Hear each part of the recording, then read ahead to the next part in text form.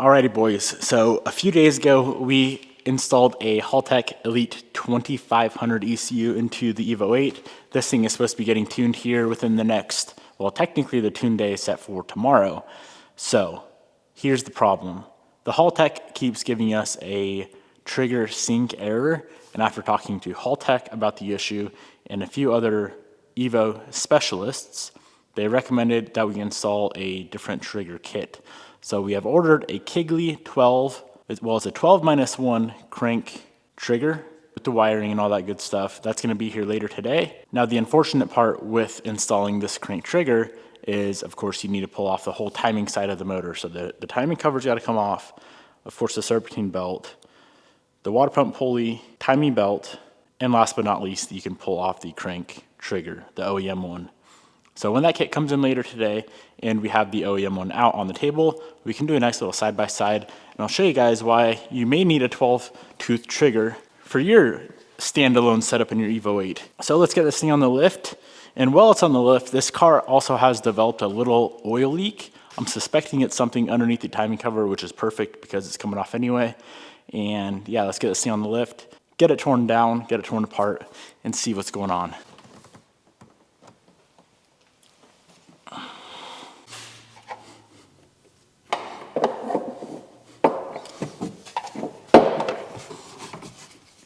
Now it's not a requirement to pull this side motor mount, but it definitely makes it a little bit easier.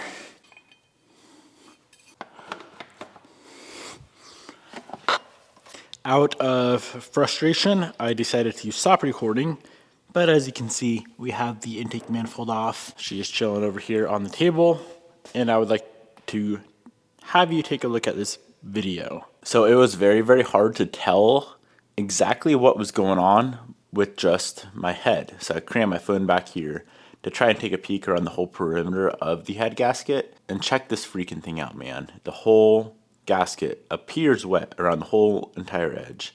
By the looks of it, in the appearance, it looks like we have somehow an externally leaking head gasket. OEM Mitsubishi gasket, resurfaced head, resurfaced block. It's a 4G63, so it's not like a 4B11 where on the two tabs on the timing side, you need to RTV. So nothing weird like that. I don't know. That's pretty sus. And also check this out. I noticed this a few days ago. You see that little puddle of oil right there? That's right underneath the head gasket as well. And this is the front side. Exhaust manifold right there. Oil down there. Here we have the thermostat side, turbski, zoom in right here. And that also appears to be leaking oil. It's like the whole perimeter around the head gasket where it mates to the block is wet. Doesn't make any sense, does it? I am going to go ahead and remove the valve cover and see about my head stud torque. We only have a couple 100 miles on this motor. It is possible that the head studs or the nuts on the studs loosened up a little bit. I doubt it. I've never really had to retorque studs in the past, but like I said, it is a possibility. I've also never seen an externally leaking head gasket that is, it's not leaking internally, and I know that because it doesn't smoke. There's no oil mixing with the coolant, nothing weird going on like that. It's not burning coolant. Everything there seems fine. Let's just pop the valve cover and take a closer look. I sure hope we find something else going on because, I mean, pulling the head isn't a big deal, but it's definitely going to be a fairly decent setback. And we won't be tuning it anytime soon, that's for sure. So the nice thing about the 4G63 is you can get to every single one of the head stud nuts without pulling anything. So that is super, super nice. I think a 4B, you'd probably have to remove the cams, if I remember correctly. All right, so I have only 80 foot-pounds loaded up on the torque wrench right now.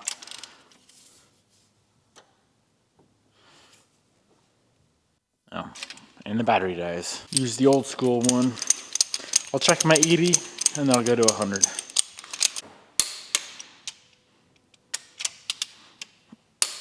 Well, they're at least 80 foot-pounds, so that ain't the problem. That ain't the problem. They didn't back off enough to freaking start leaking oil.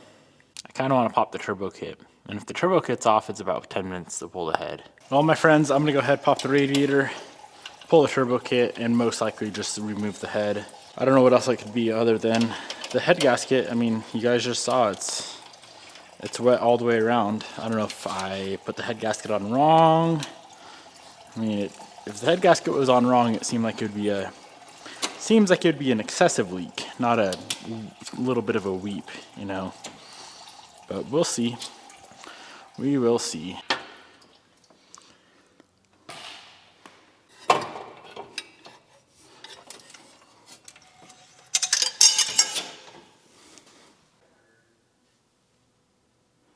The turbo kit off, it definitely looks like it's just a leaky head gasket, which once again makes no sense. But let's pop the timing belt off and then remove the head stud nuts, and the head comes off. Thankfully, it's easy. Well, all things considered, it's pretty easy.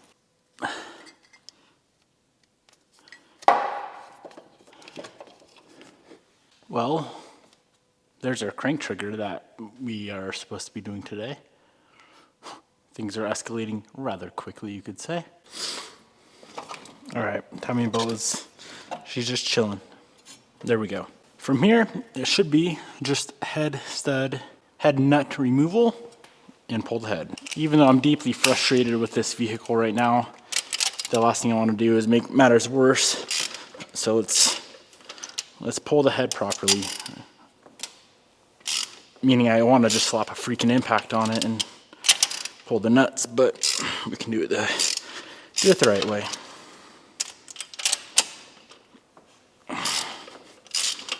It's like, at what point do you just pop the motor again, kind of start over, you know?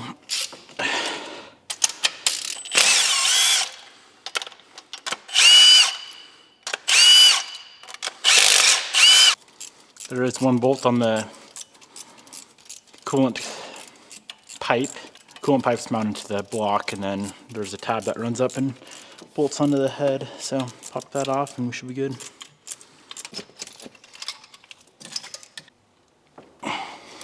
Well, the head gasket is installed properly, so I know that ain't the problem.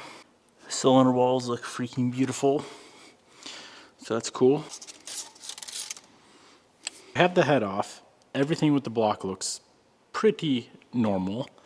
Pistons look a little bit more wet than they should. Maybe the head gasket started failing internally as well. That's my suspicion, because if we come take a look at the cylinder head, you can see on this ridge right there, getting a little wet. Same there. Now this head gasket looks a little suspicious. That hole is where oil passes through. That's one of the oil galleys. And it looks like partially kinked or something weird going on. This is an OEM gasket, by the way. Same with right there. To me, that looks a little not proper. Wouldn't you guys agree?